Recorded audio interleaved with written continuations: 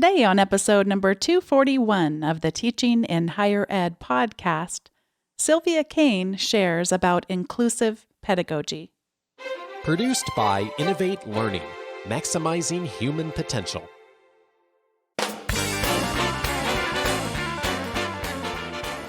Hello and welcome to this episode of Teaching in Higher Ed.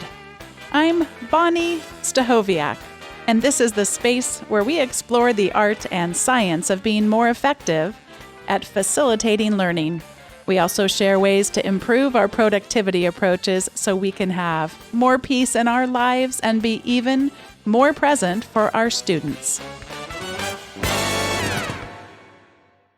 Today I am welcoming to the show a wonderful educator and also a friend and colleague, someone I enjoy collaborating with so much, Dr. Sylvia Kane. Sylvia Kane is the Director of Graduate Education and the Education Division Chair for Vanguard University. Sylvia taught in California's K-12 public schools for 17 years as an elementary school bilingual teacher, a middle school reading specialist, and a secondary instructional coach before moving to higher education.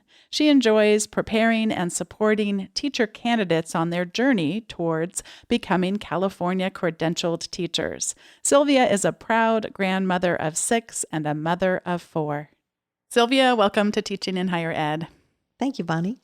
It is great having you on the podcast. I know you've listened to many of them, and I know you and I have had many conversations like the one we're about to have today. I feel so grateful for you, for your friendship, for your collaboration, and just for your heart. I feel like we work in solidarity to serving our students, so thank you for coming. Oh, it's my pleasure. I really enjoy your podcast, so it's exciting that I can be a part of it. The first thing I think would be helpful for us to explore is actually a topic I'm obsessed with. So it helps, and we've talked about it on the show, but I still can't get enough. I know you have so many stories having to do with context, but I wonder if you could start out an early memory for us in your own teaching that helped you discover about your students' context. Oh, certainly.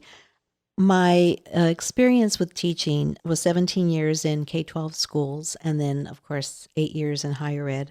But I think those first 17 years in K-12 have really influenced who I am and how I teach. Just to give you one incident, I remember teaching in a very high poverty school, and one of my students needed me to go in for a home visit. She was ill, and I needed to take some things, contacted mom, and had the address. And I remember driving down the street, and there were only industrial buildings around there. And I thought, well, this is strange that there would be a house here amongst all these industrial buildings. So I parked the car, I got out and walked, and I saw that there was this long dirt driveway between 2 factories. And I thought, well, I wonder, I must have the wrong address. So I walked down there anyway, and I saw what I thought was a junkyard with trailers, all these dilapidated trailers surrounding this open space of dirt. And as I'm walking down, I turned around and I heard all these little children, Mrs. Kane, Mrs. Kane. And I saw all my little students come running out from these, what I thought were junkyard trailers, and that was their home. And they each wanted to invite me over so I could see where they lived. It really changed my thinking. I can remember getting homework from them and it had stains on them and maybe grease stains, and they were crumpled, and I thought, well, I need to teach my students how to turn in proper work. But then I realized the only place they had to do their homework was on this little tiny table that everyone used in the trailer to eat, and this was their homework place. So I became a little more lenient about what I required concerning homework. And I realized why so many of my children were ill so much, because they didn't have heating. And I remember walking into this little tiny trailer, and it was so cold in there, and the windows didn't close. And it gave me a different perspective of what my children were going through, what they were living in. And this was something I had never experienced, but it gave me a different perspective on my teaching. I know you have more to share about context, but before we get there, would you share about a lesson that you learned about how much our students bring their own learning into our classrooms?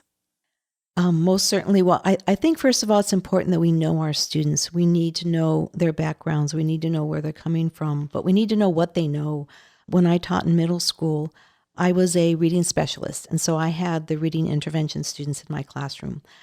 These were students who were struggling in reading, and for most, it was because, maybe they were speaking a different language than their teacher when they were first learning those early literacy skills. So they didn't even understand the language to learn those early literacy skills that they needed to be good readers. And so now they're in middle school, and their reading is behind, and all their grades are low because they can't even read the textbooks. So my job as a reading specialist was to find those gaps in their reading skills. We did that, and I was so amazed at how much those students excelled. We just found those gaps, provided them with those skills, and they just took off. I remember there were so many students who exited my class. They didn't have to take the reading intervention class anymore, and they were so concerned. I remember they'd say, "Oh, Mrs. Kane, now you're not going to have a job because I'm leaving the class." And I would let them know that there were plenty of students that were on the waiting list that would be coming in. But I think it's important that we look at their strengths. And so that's what we did in this reading class. We looked at what strengths did they have and what could we do to build upon those strengths. And I think it's important with our students that we realize that every student has what we call funds of knowledge. Maybe some knowledge that's different, background that's different from ours, but we can use that knowledge that they bring to make connections with them. I remember a colleague used the term, we need to provide cognitive Velcro. And I love that, Sylvia. And so what she said was, we need to have something that they can hang their hat on, hang that new teaching onto, that new learning. There needed to be something there. We needed to make a connection. And so I think we were able to do that with these struggling readers. We made those connections with them, brought in literature that they wanted to read that was exciting for them. I remember bringing in Tupac Shakur's book, and that one just flew off the shelf. Everyone wanted to read that book. So you can tell how long ago that was. But just making the connections with those students and building on the funds of knowledge, making learning fun, I think is just so important with our students. Anyone who's been listening to the show for a while knows how much I love music too. And I think about it as a real way to connect with our students. And so many times I'll have music that I like that is more current, although I laugh because I have shared on the show before about doing something called jazzercise, and my feet just aren't up to doing jazzercise. That used to be like my primary way of getting the current tunes in. And sometimes it's students now, but anyway, back when it was the holidays, I took the kids to see the most current of the Grinch movies. And they had lots of songs that were groups that were rap music when I was a teenager, like Run DMC is one of them. And Sierra, who does a lot of work on the podcast graphics, and she's been on the podcast before, episode 199, but she was saying that for her generation, it was Jim Carrey's Grinch that was the best because that really represented for them their own childhood. And of course, for us, it was when it was a cartoon, you know. Oh, yes. Way back when. But in terms of the music, I just this last semester teaching, I love it when the students go full retro because some of them were saying how much they like Sinatra and jazz music and standards. And I thought, yes, because we did an exercise where you celebrate what your 85th birthday will be like. That's a way of developing a personal vision. Okay. And so I said, what kind of food will be served? Who will be there? And then what kind of music will be playing? And I thought, oh my goodness, it comes full circle. We can go to music that spans the generations. Oh, yes. So tell us about the real challenge that we can have as educators when we try to keep ourselves apart from our students. I mean, that it certainly can be uncomfortable to enter into a new and different context. You shared the story of the trailers. I mean, that can be a challenge. But talk a little bit about just the dangers of trying to maintain that distance. Mm-hmm. After I was a middle school teacher, I was an instructional coach, and I worked with many teachers. And I saw something in some of the teachers where that they described the schools that they taught in as being in a very dangerous neighborhood. And I remember one particular teacher, she spoke to her mom and told her mom how it was so dangerous and how she had to run out of her car and run to the classroom and lock the door. And at the end of the day, run back to her car, lock the doors and get back on the freeway. And I thought how sad that she really doesn't know the community. When I began teaching in graduate education with credentialed teachers, the candidates, I saw some of those similar ideologies and those same mindsets where they would talk about the schools that they were doing their student teaching in and how dangerous the communities were. And I didn't want them to distance themselves from the students as I saw these other teachers who had been teaching for quite a while. So I spoke to one of our professors who was an anthropology professor, and he talked to me about an assignment that he did, which was an ethnography paper. And so I took his ideas and created my own assignment, and I had my student teachers go into the communities of the schools in which they taught. I had them go to particular areas. I had them visit parks and churches and grocery stores. And it was so amazing, the responses when they wrote their ethnography papers, because I remember they wrote about there are really families who walk through these communities. There are really nice communities, and these are places where people care for their homes and the lawns are trimmed. And it's not what I thought. I thought it was such a bad neighborhood that there would be gang members on the street corners shooting at one another, and I didn't see that. And it was kind of an eye-opener for them. I realized, though, that this was just the beginning. It was just opening the door for them. I would very much like my students to go out into the communities and get really involved so that they can know their students. I remember one particular student spoke of how she went to the grocery store and picked up a bag of chips that she saw her students eating. And so she tried it, and then the next week she went and talked to her students about how she had tried these particular chips, and they were so impressed that this teacher had tried something that they ate on a usual basis. But it was just, I think, that connection, because she showed, you're valued, and I want to learn about you, and I want to learn about your neighborhood. I want to learn about what your customs are. And she did, and there was a strong connection then between she and her students after that. I know that you and I think very deeply about teaching, and we care a lot about it too. And both you and I are in different parts of our career. You have a lot more experience at it than I do, but teaching teachers. Yes. And so one of the things that I've found invigorating about this podcast, but I didn't have as much of an opportunity as I do today at our institution, is just to talk about that deep emotional and cognitive, but a real emotional work of doing the work of teaching.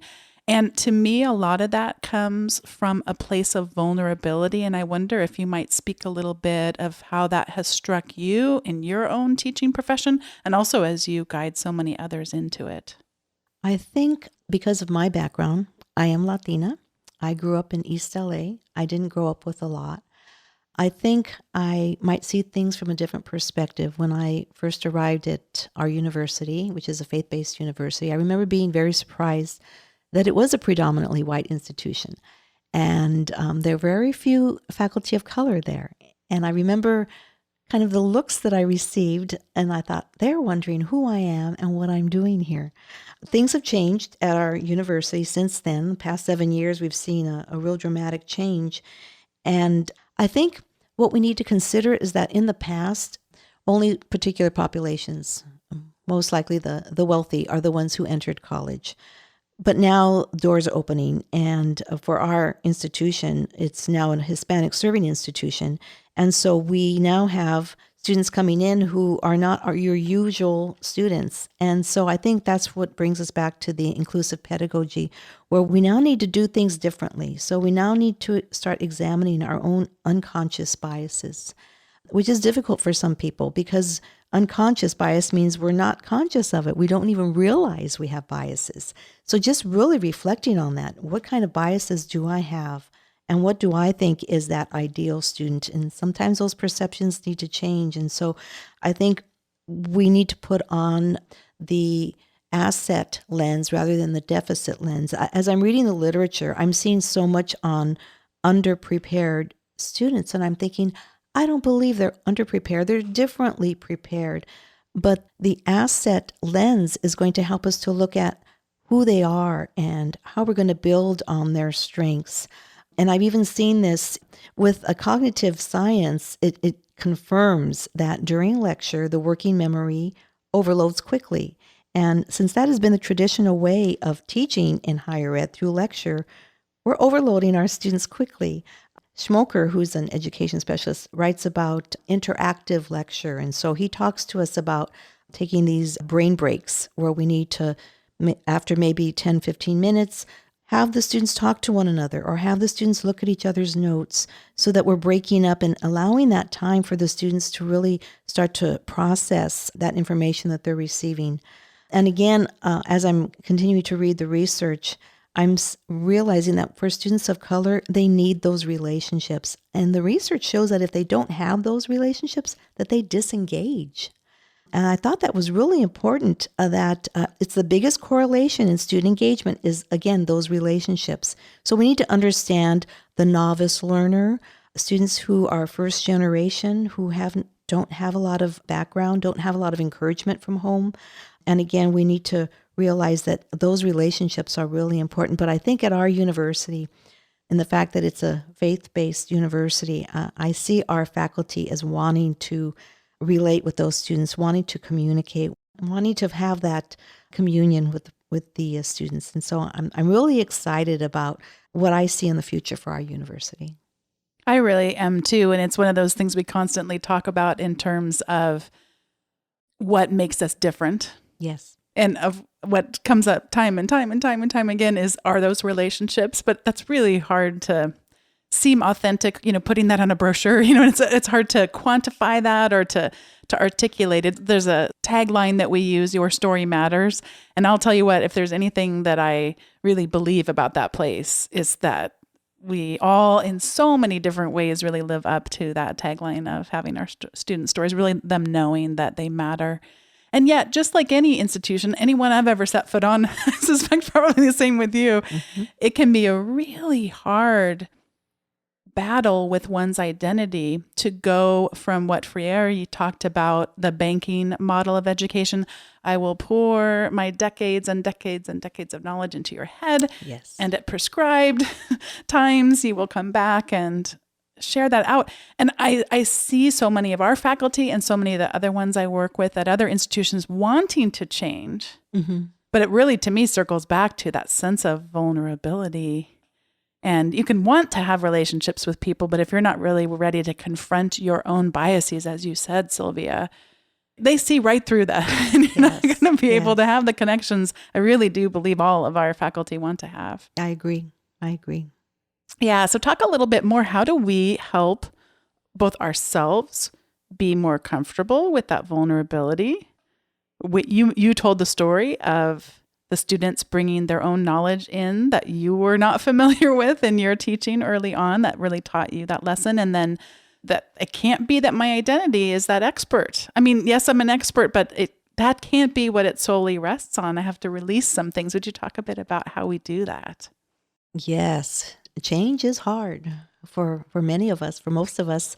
And I think when it comes to changing the things that we've done for so many years, when you think of faculty who have taught this way, lecture form for 10 years, 20 years, 30 years. And now we're asking them to make some changes. It can be difficult. You have to start taking risks. And I think that's where I can see the coaching process come in, where you could have a colleague where you speak with and say, I want to try this active learning strategies that I'm hearing so much about.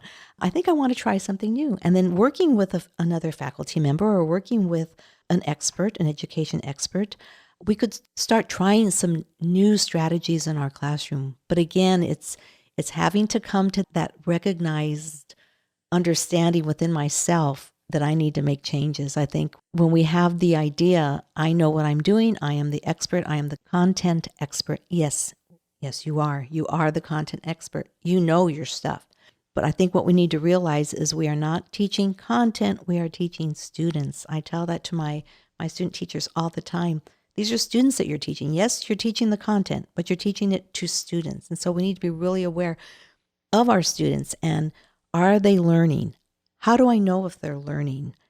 What am I doing to assess their learning? What is going to give me the feedback so that I know that I'm being effective? And again, it takes that vulnerability of reflecting on our own practices. I journal every day. That's just something I do. Everyone doesn't do that. That's just one strategy to use. But another strategy that we've been talking about at the university is videotaping ourselves. in lessons and looking at our practice and saying, okay, so what are the students doing? What am I doing? Are the students learning? Are they actively engaged, or are they just sitting passively listening to me lecture? So these are just all things that we can do to change our teaching, but we have to be willing to change, and we have to be learning to try some new things. One thing that I think is really helpful too, it's still hard. I mean, Oh, yes. It's still hard, but it's just to recognize that feeling that we have. It's so uncomfortable. Yes. That's what our students are feeling too. We can have greater empathy for our students if we allow ourselves to feel that. This is really uncomfortable. Yes. That's what they go through. And you told so many beautiful stories about context, Sylvia, too. And just to recognize when we put ourselves in context that we're unfamiliar with, when we experiment with our teaching and risk that failure, sense of embarrassment. And I think some of that comes from really wanting to meet the needs, but thinking, oh, I'm not up for that, but these are skills that can be taught. These are things that are not inaccessible to any of us, but they are going to be inaccessible if we're not willing to have those failures, and then recognize that, that's what our students, we're asking them to do the same thing. Right. And growth mindset, when we look at growth mindset, we look at the not yet. We're not there yet. It's a process. We're always learning. We should always be learning. And I think once we think that we are the sage on the stage and I know everything there is to know, that's when our learning stops. And that's a detriment to our students. So I think we need to always be willing. I'm going to make mistakes. I'm going to take some risks, and I'm probably going to mess up, and that's okay because I'm going to learn from this. Again, that vulnerability. That actually brings me perfectly to today's recommendation segment, because when we were both noodling about what we were going to share about today, I thought, well, when I think about something that's really been helpful to me in making these kinds of changes, both for myself, but also organizationally, it was by us participating in a training put on by an organization called Escala. And our training with Escala was facilitated by Melissa Salazar. And as I was sharing with Sylvia, I'm such a snob when it comes to these things. She's phenomenal. Yes. And the whole organization is absolutely phenomenal. Yes. So I was just reading an article this morning. We are not alone in our last 7 years, that big demographic shift. Yes. And the article was specifically about the gauge that was being used in this instance was the number of Pell Grant students being served. One method of identifying the socioeconomic status of one's students. Mm-hmm. And sadly, that goes also with ethnicity. We wish it didn't, but it does many times. And so just having an organization that's done this before, yes, that understands the magnificent kinds of cultural change that needs to take place for us to be able to adapt and really do right by these students. I was just so impressed from beginning to end. And she has said that she'll come on the podcast, although we haven't scheduled anything as of this moment in time. So you'll be hearing me recommend her organization.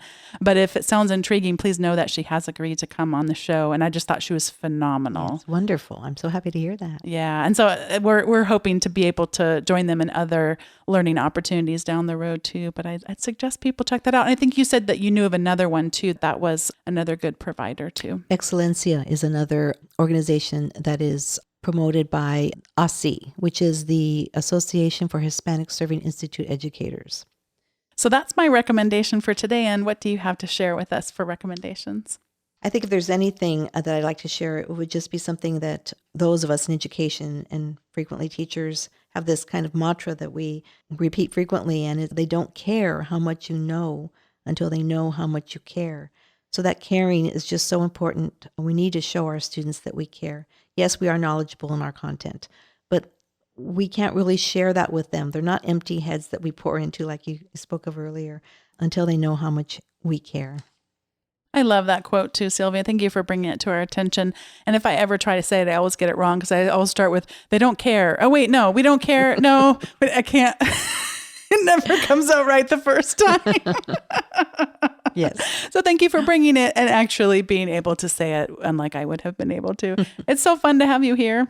Thank you. It's been a pleasure being here today. Yeah. And yesterday we got to do some videoing at our institution. And I just love that how much you're willing to pour into us doing this well, and we're never going to be there. So we're always working, and I love working at it with you. Oh, I love the fact that you are now the director of the Institute for Faculty Development. We're able to work more closely together, and I'm really excited to see what's going to happen at our university. It's an absolute joy. Thank you so much, Sylvia. Thank you. Dr. Sylvia Kane, it was wonderful having you on today's episode, and just for all of the ways in which you model and build up inclusive pedagogy. Thanks to all of you for listening, too. This is such important work to be doing, and we need to all be doing it together in solidarity. So thank you for all that you're doing to make your teaching, to make your classes more inclusive and better serve our students. If you've been listening for a while and enjoying the show and haven't recommended it to a colleague, I suggest you do so. These shows go a lot better when we can have conversations with them about how we want to continue to better our teaching and better serve our students. So find a colleague you can recommend it to today, send on an email, or sit down and maybe listen to a show together, go for a walk. It works great walking. Thanks so much for listening. I'll see you next time.